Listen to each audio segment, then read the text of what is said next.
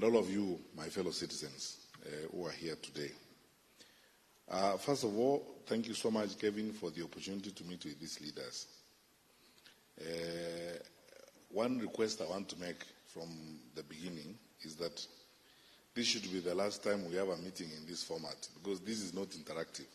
I don't think, for us to achieve the things we want, we should have a conversation. I would like to hear these people and listen to them, because they must be having concerns also and things they have the way they want us to do.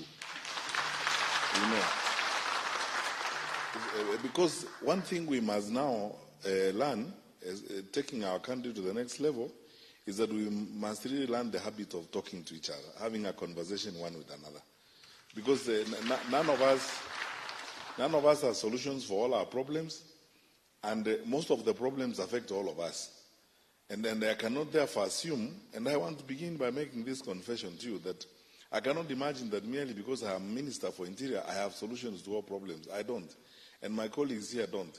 But if we spoke, all of us, you and us together, you may have ideas you can offer us on how we can organize ourselves in a better way. So I want, after the decision that we are going to make today and the things we are going to start, Kevin, I would like, at least for Nairobi, because these ones are in the headquarters, I would like to request in another 3 weeks' time or so, PS Kibicho and I will provide an opportunity. These people, we come and sit down, not in this funny, contrived arrangement where they are seated there and we are seated here, in a room where we can look at each other and talk to each other. And then, so that we find out, because what we are dealing with is a matter that's at the core of our society, and it affects all of us in a very significant manner. Because picture this, and then I want you to understand why I am not just saddened. I honestly feel we have to change, all of us, our way of engagement in this particular sector. On the eve of the International Women's Day, a woman diplomat in Nairobi is assaulted by a Bodaboda. That clip has done rounds across the globe. I have been called by Kenyans who live in the US, I've been called by Kenyans in Australia, you know, and people asking the question, what's going on in our country? When did we become animals to treat people like that? I have explained that clip like I've never explained any public policy issue anywhere on earth, because the number of people who have called me, women leaders, everybody, for the foreigners, I keep telling them, Kenya is better than this. That is an incident that involves some people. They don't represent us. That is not Kenya. Those are deviants like they are in other societies. But the globe, the world over, on the eve of the International Women's Day, that kind of thing happened. It has embarrassed and humiliated all of us. And I think it has called upon all of us to do more than just prescribe things to you. That's why I'm asking for a conversation. So, ask number one, Kevin, we must have a meeting with these wonderful people here in the next 3 weeks, not in this kind of hall. Let us find a place where we sit around like this, all of us. We talk to each other. They look us in the face as their leaders, and they tell us, we think you need to change this, you need to do this, you need to do that. They tell us where the problem is. Kama shida iko kwa polisi wetu wanatuambia, and I would like to be with the Inspector General. Gero mtu ujisikilie mambo yako. Hii iko namna hii. Kuna polisi pande ile, OCS wa pande ile anatusumbua, because that's how we will solve our problems. Ama namna gani? That's how we solve our problems. Because this thing is horrible. What happened is totally unconscionable. I mean, it's difficult to live with that experience. It is a nightmare that in the middle of our capital city, a country that enjoys the reputation we do across the world, you can see this. That clip was playing a few hours after Moderna has announced the largest non-oil direct investment in a country in sub-Saharan Africa. It's about 60 billion that are going to come here and manufacture vaccines from here. And then those people see that clip. How do you reconcile that? That the people must be asking, is that the country you are saying we are taking money? Who's going to work there? We take our women researchers and scientists to be treated like that on the roads. So, look, my brothers and sisters, because there's one thing we have in common, regardless of what we do in this society, there's one thing we have in common, and our common denominator is this. We are all citizens of this great country. And we have an equal responsibility to protect the reputation of our country and to build our country together. That's where I would like to begin. The story of Bodaboda in this country, let me tell you, contrary to a lot of nonsense you'll hear from naysayers and other people, we as government, we are the ones who recognize, and it's a fact of life, that this is a sector that is going to drive so many aspects of our economy forward. And this is a sector we now must grow, develop, and work. That's why we must pay attention to it. Let me ask you people, and if we were in a round table, I would have directly asked an individual to respond to me. Do you want to tell me that there is a serious government anywhere on earth, serikali inaongozwa na watu ambao wanafikiri, any serious government on earth that will ignore 2.4 million of its citizens? Unafikiri tunaweza kufanya hivyo? Sisi ni wajinga wa wapi? 2.4 million of our people are riders on the road. We have 22 million rides every day. You have heard my brother here say. And then we ignore that and say we start mistreating you and stuff like that. It doesn't work like that. The challenge we have had over the years, I formed a task force 2 years ago on Bodaboda. Cross-sectoral task force. Some of your leaders were in that task force. I brought in people from the faith-based organizations. There was even a pastor on the task force. Then they came up with fantastic recommendations. We started implementing the recommendations. Some of our political friends hijacked the recommendations and started now spending negative energy on it. You must have heard comments being made by people on political platforms. Oh, Bodaboda sio wahalifu. Tunataka kumwambia Matiang'i na Kibicho. Matiang'i na Kibicho ni kuzomewa kila siku. Matiang'i na Kibicho na IG mchue kwamba, kila siku. Yet, actually, our intentions were, let us reform this sector for the good of everyone. When this sector is reformed, it's good for you, genuine investors. It's very good for you because you want to operate in an orderly sector. Let us not lie. Let me begin with me, myself, Fred Matiang'i. I've contributed to the purchase of motorcycles for some circles in my own area. Some vijanas have come together and approached me, and I have contributed to the purchase of motorcycles. My PS here, Karanja Kibicho, has contributed to the purchase of motorcycles in some of the circles, in some of the groups in his home county. We are involved in this. My brother Joe Musheru here has been working with these people. He has Bodaboda riders he knows who have approached him before, and he has contributed to their growth by assisting them to buy motorcycles. So do you want to tell me that we would contribute to a sector that we want to destroy? The intention is to organize this, because every time I've asked for statistics, what is the level of deviance that we are talking about? I mean, how many of these riders are a problem? I'm told the statistics comparatively, vary between 25 and 20%, which means for every 10 riders you have, about 8 of them are straightforward people who want to eke out a genuine living and move on and raise their families. So 2 or 3 of them are the ones who have infiltrated the sector. You guys are Kenyans like me. You know this. Some years back, the Matatu sector was invaded, including by Mungiki. Then it became impossible to manage. We had to struggle, all of us, work together and reform the sector. Get the wrong people out of the sector.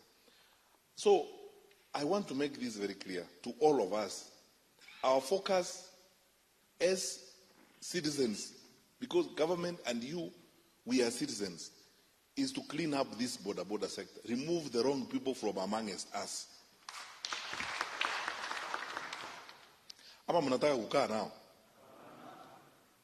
That is it. We want to remove these wrong people, because some of these characters, because 8 out of 10 of you are people who are genuinely gone, saved money, come together, organize yourselves in a circle, bought a motorcycle or 2. You are carrying people. You wake up in the morning, you tell your wife goodbye. You are going to look for something, and you come back home in the evening with something for your wife and children.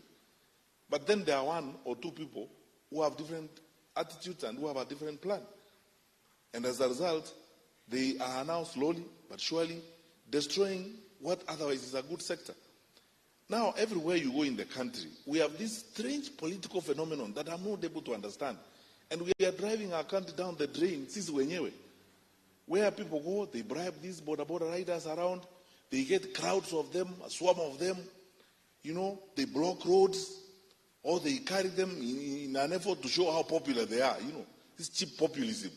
They try to pretend that they are riding with them. Oh, these are our people. They take them, buy them illicit liquor, and so on. Then they take them to place. They tell them, oh, shout at that one when they speak. Don't allow that one to speak, and so on. Mimi nazungumza ukweli ama uongo? This is something that is happening around the country. Now, the cheap populism that has been using Bodaboda as the core basis of mobilization for politics is what is destroying this sector. And when we are going after these wrong people, the first thing they say, oh, awa wanaonewa. And it has now created a strange culture of impunity. You can ban someone's car. We saw the clips there. You can ban someone's car and say, this is wale wanyonge, tunaonewa. Yule mtu ambaye, how do you know whether that fellow who's driving that car borrowed money? Si nyinyi mumeenda kwa sako mkaomba pesa? Na yule ameomba pesa pia kanunua gari, na mwingine ameomba pesa kanunua trailer, and so on and so forth.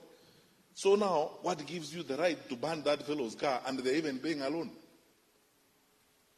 I mean, let's deal with each other as human beings and don't listen to some of these desperate characters who have nothing sensible to tell you other than just engaging in very cheap populism. Oh, twende, chukua kila mtu 200, alafu twende pale tupigie yule kelele, tupigie huyu, to block barabara yule asipite, and so on and so forth. And slowly but surely, this political mobilization has created now that culture of impunity. 2 years ago when we started this, you remember some of you, we went to the Kenya School of Curriculum Development. Tulikuwa huko wewe Kevin. And then I told the members of parliament, some of those MPs told me, no, CS, let us find a way. We will talk to these people and organize them and so on. Then they vanished. After that, they vanished. Now the political system is here. The most abused sector in this political system, the most abused sector by politicians is Bodaboda. Is that true or false? That is it. The most abused sector ni Bodaboda. Some people who don't even think about you for a second in their lives, liars who lie to you all the time. They come tomorrow morning with 100,000. They kill mtu 200, nisindikishe. And then in the process now, we have all these challenges that we have in the country. I want to ask you, my brothers and sisters, now is the time to stand up, not for the sector alone, but for our country too. Because tutafika wapi tukiendelea namna hii? Tomorrow, we are undressing Agumania in the capital city of our country. In the full view of the world, we have just completed the UN meeting here, Gigiri. This UN wants to expand this place in Nairobi here, which means this office will become big, it will have more people. We are going to have the largest probably UN facility in the south. What that means is more money for our people, because those people who come here, they will rent our houses, they will eat our food, which means we will supply more, which means more business for you. There are more people you'll be carrying to the market and from the market and so on. Now we destroy that reputation because a culture is being planted around of impunity and resistance as a way of making around life. We have to fight this thing and refuse it completely. So mimi nawaomba tafadhali tufanye kazi pamoja. Tufanye kazi pamoja. Na mwanzo wa hiyo, because we are the first ones as government to show that goodwill. For a long time also, we must also look inside. We must look ourselves in the mirror also. We have also treated Bodaboda like an informal body of people we shouldn't talk to all the time. Wakati mwingine tunaona kama wanatusumbua and so on. So, I want to start today by saying my ministry, Ministry of Interior and Coordination of National Government, will now begin a formal recognition and engagement with Bodaboda across all structures of administration. So effective now, I would like the Regional Commissioner for Nairobi, Mr. Thuku, who is here. I want you, on a monthly basis, get the county officials of Bodaboda. Unakuwa na mkutano now. They give you their challenges, everything, every month. Unawaita. By the time you leave here today, you should have all their numbers, you know them. You sit down with them. If they have any issues, the chairman of the Bodaboda Association in Nairobi should be able to call you if there is a problem. Munaongea na yeye. And this thing is cascaded across the country. In Jega, you tell all regional commissioners and county commissioners. Every regional commissioner, if you finish your election structures and so on to the ground, every regional commissioner must know who is their regional chairperson of Bodaboda. Every county commissioner must know who is their county Bodaboda chairperson. They must talk to them and hold meetings with them on a monthly basis. Kama kuna shida, tuku. Kama kuna shida na hawa watu. That meeting I said is going to happen in 3 weeks' time will be organized by you and Mr. Tuku, the regional commissioner for Nairobi. Kama kuna shida mahali hawa wako shida mahali polisi nasumbua huku nini, Mr. Tuku should know. Munaenda hapo. So that now as you do your work, wakati mwingine mkifanya kazi usiku kule kwingine tunasumbuliwa, kuna wakora pale nini, all those things should be known by the regional commissioner. So that we formalize you, we deal with you. Utuache ile maneno ya kufikiria eti bodaboda ni wasumbufu, ni watu wanatusumbua. No, these are our citizens engaged in legitimate work. Let us deal with them that way. Kuanzia hapo. Lakini sasa na kwa pande yenu nataka mtusaidie kwa sababu sasa we must organize this sector. When we checked around, mimi nataka tukubaliane hivi, the things that we have agreed today that must be done. Mnajua wale watu kati yenu ambao wanatusumbua wakora. You don't have to wait until we look for them. Give information to your nearest police station, volunteer information of these people who want to destroy the Bodaboda sector. Ili tutafute namna ya kukaa na watu. Watoe so that they don't destroy the otherwise good business that you people are doing and the growth of this particular sector. But in addition, sasa mimi nataka tukubaliane. Every Bodaboda rider should be licensed. Kila mtu wa bodaboda awe licensed. And I know, let's be frank. Tumekuwa tukisema unajua pesa ya kulipa licenses hii 5,800 ni mingi. Today, the news I want to give you is this. His Excellency President Uhuru Kenyatta has waived all that fees. You will be registered for free. So, hakuna maneno ya 5,800. Njau si unasikia. Unio mtu wa NTSA ako hapa, hakuna kuitisha 5,800. President amesema free registration. So that sasa upate licenses, tujue wewe ni nani anaendesha bodaboda na anaendesha wapi. From 21st of this month, this good man is going to post 52 registration centers across the country. In every one of our 52 Huduma centers in the country, we'll begin the process of registering Bodaboda riders. You go there and be registered. You'll fill a form, you'll be registered, and after you have been registered, you'll be given a smart rider's license. Na tumekubaliana Njau, wakifika kwa hiyo ofisi, hakuna mtu anauliza pesa, hakuna maneno ya chai, na hakuna maneno ya kitu ingine, sota na ujinga kama huu. Wawe registered. So that now we have a license, you have a smart rider's license. Unatembea nayo.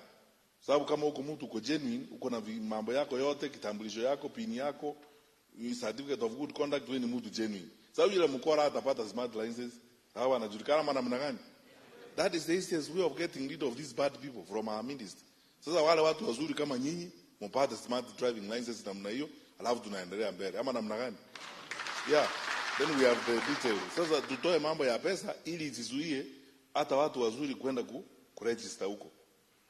Asante bwana Njau. Namba mbili, mimi nafikiri in addition to that registration zote with the regional and the county security teams will begin now vetting our bodaboda riders afresh. Kuna wale tuko na record now kwa DCI and so on. We'll start vetting this process afresh.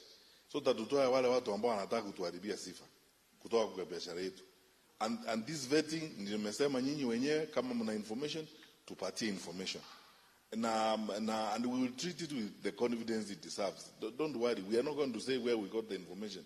You give us the information, fulani wa fulani huyu mambo yake si mazuri na huyu si mtu wa kawaida. Basi tutajua vile tutamshughulikia polepole, tumutoe kwa hii biashara asitufanyie aibu kama ile tuliona the other day huko Forest Road. And while we are doing that, mimi naomba tafadhali. Sasa sisi wote tuingie kwa sako. In fact, this is not even news to you because all of you are in groups and you have organized groups. Many of these bodabodas are already in circles. Even in my own home county, I deal with some bodabodas who are in circles. Na niambianga, you know, CS, asa ukienda huku we tusaidie hii sako yetu, tulikopa kununua pikipiki. Sasa tumefika mahali kidogo tumekwama, tusaidie. Mimi nawaambianga sawa, je nione mwisho wa mwezi huu kale kamshahara kangu kidogo nikate niwasaidie tuendelee tukiwa pamoja. Sasa na nyinyi, we now want to insist that within the period of registration, because we will open the books on 21st of March, and we will do this exercise for 60 days consistently. Within those 60 days, please make sure you have a smart rider's license. Smart rider's license.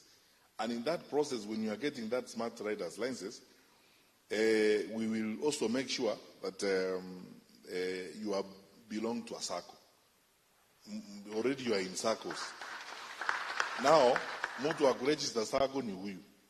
Na unajua vile tunafanyanga SACCO ya matatu already, na buses. The tradition is already there, it's already set. Now we want all bodaboda riders, and particularly operators, bodaboda operators, to be organized in SACCOs, the way the matatu owners are in SACCOs. They already exist in many parts of the country. It's a question of just them coming and registering with you so that you give them a certificate. You say, as we are a South B, a SACCO, here is your certificate. You go to your office, you put it up there, so you belong to this SACCO. Sasa mtu akifanya makosa, kutumia jina yenu, mnasema hapana, huyu mtu si wa SACCO yetu. Huyu tumjui na hatujamuona akiendesha bodaboda hapa. Huyu hatujui mahali ametoka. Na mtu akiingia kwenu and they are not members of your SACCO, mnaripoti kwa polisi haraka. Kuna mtu amekuja hapa hatujamjua, sio member wa SACCO yetu na tuletea shida. Alafu sasa inakuwa rahisi kwa sisi kutafuta watu na kuadhibu. Now, finally, mimi naomba tafadhali. Na hizo SACCO zote, njao, they all must maintain a digital register. So that you know when you are in your office, they can give you access. Kama kuna swali inaulizwa na IG Matiang'i, kuna mtu hapa anaitwa David Karioki, namna hii ni writer tulimpata pale Githurai. You can click yourself and say yes, huyu ni member wa Githurai SACCO.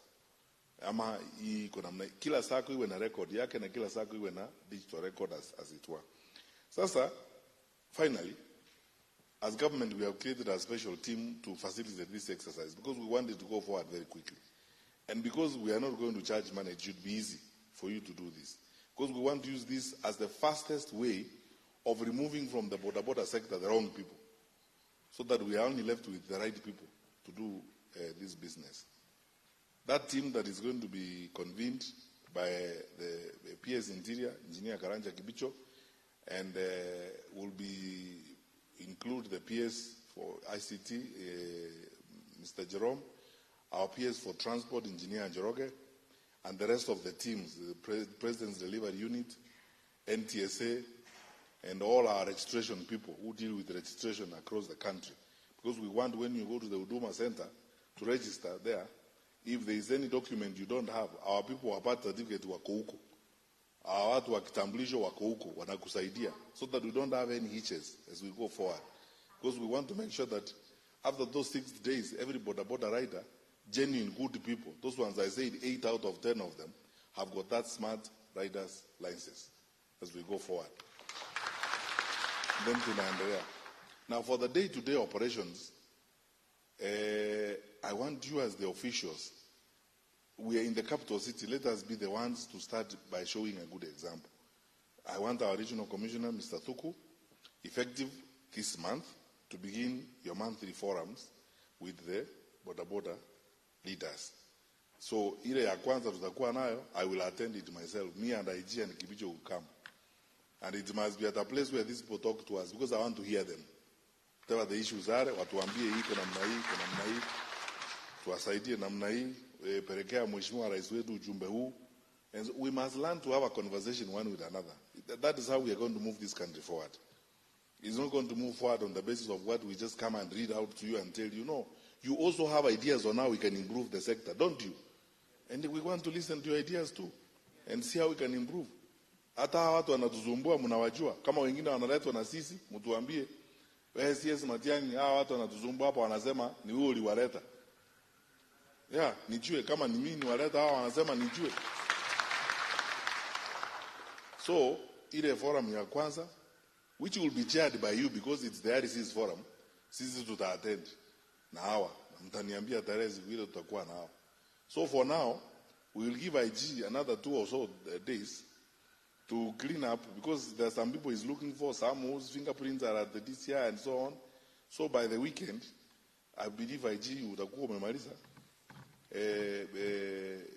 this clean up ya kutafuta watu wote, because hao ni watu tunapaswa tupeleke pale kwa koti kihukumu wafunge watu waondoke, so that we live our good lives without those kinds of people around here, ili tuende kuwasaidia kutoka pande ile nyingine ya jela kuwa watu wazuri, ili wakitoka hapo watakuwa sasa watu wa kuishi kama sisi, waelewe vile dunia inahitaji kuwa. Then we will have the discussion and see how we move forward. So I wish you well.